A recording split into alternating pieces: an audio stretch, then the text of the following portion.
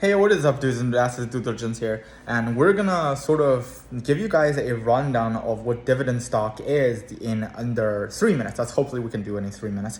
While I finish the garnishing of this dish, as you guys can see, it looks really nice. So it's Hainan chicken on top, pad thai on the bottom, not really pad thai, it's chow-fan on the bottom. And you can see on top we finish it with caviar. Looks real nice. Ignore the chicken bone over there. So, okay. So what is dividend stock? So basically how dividend stock works is if you buy into the stock, let's just say it's a $100 stock, and then it gives you an annual 7% dividend, okay?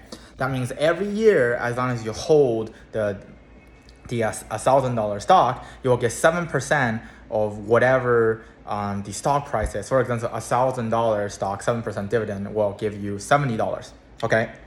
$100 stock, 7% dividend will give you $7, okay? Every single year, and this is the annual dividend yield, okay?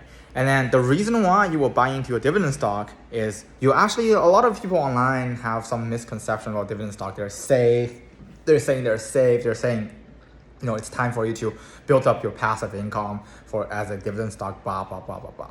But you only need to know one thing about dividend stock is whenever you look at a dividend stock, you should only invest in a dividend stock that have high yields, and then you have to make sure that the price you buy in, for example, right, you have to make sure the price you buy in will be like either the price floor or it will be a relatively low price. So for example, if you have a 7% dividend yield on a specific dividend stock, you want to make sure that your entry point is somewhere safe to an extent where this stock will not drop by 7% from your entry point. So it's only worth it to invest in the dividend stock when you know that the stock depreciation it actually doesn't matter if the stock increase. If the stock increase is great, right? You have a higher base number to get your dividends from. But when the stock decrease, then first of all, your dividend yield is gonna be, the total amount of money you get from dividend will be decreased, right? And then the fact that you used to buy it at $100 per share and then now it's $90 per share, you also lose $10 on face value. Does that make sense?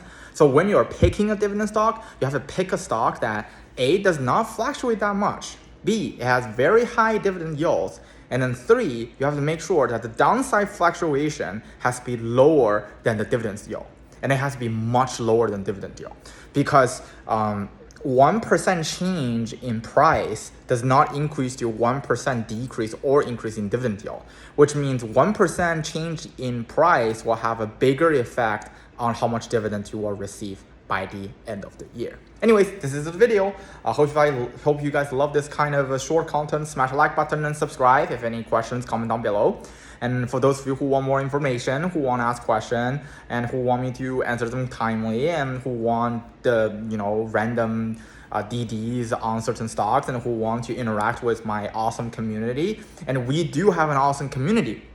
We have people who are an expert in the oil industry. We have a biochemist coming in. We might even have the hedge fund side coming in and help us sort of form this community to a more rational community. And our community members and Patreon members are really, really helpful. If you have any questions, they will answer your questions. And they also discuss a lot of stock stuff, market stuff, and everything. All right, see you guys on the upside. Hope to see you on the next video.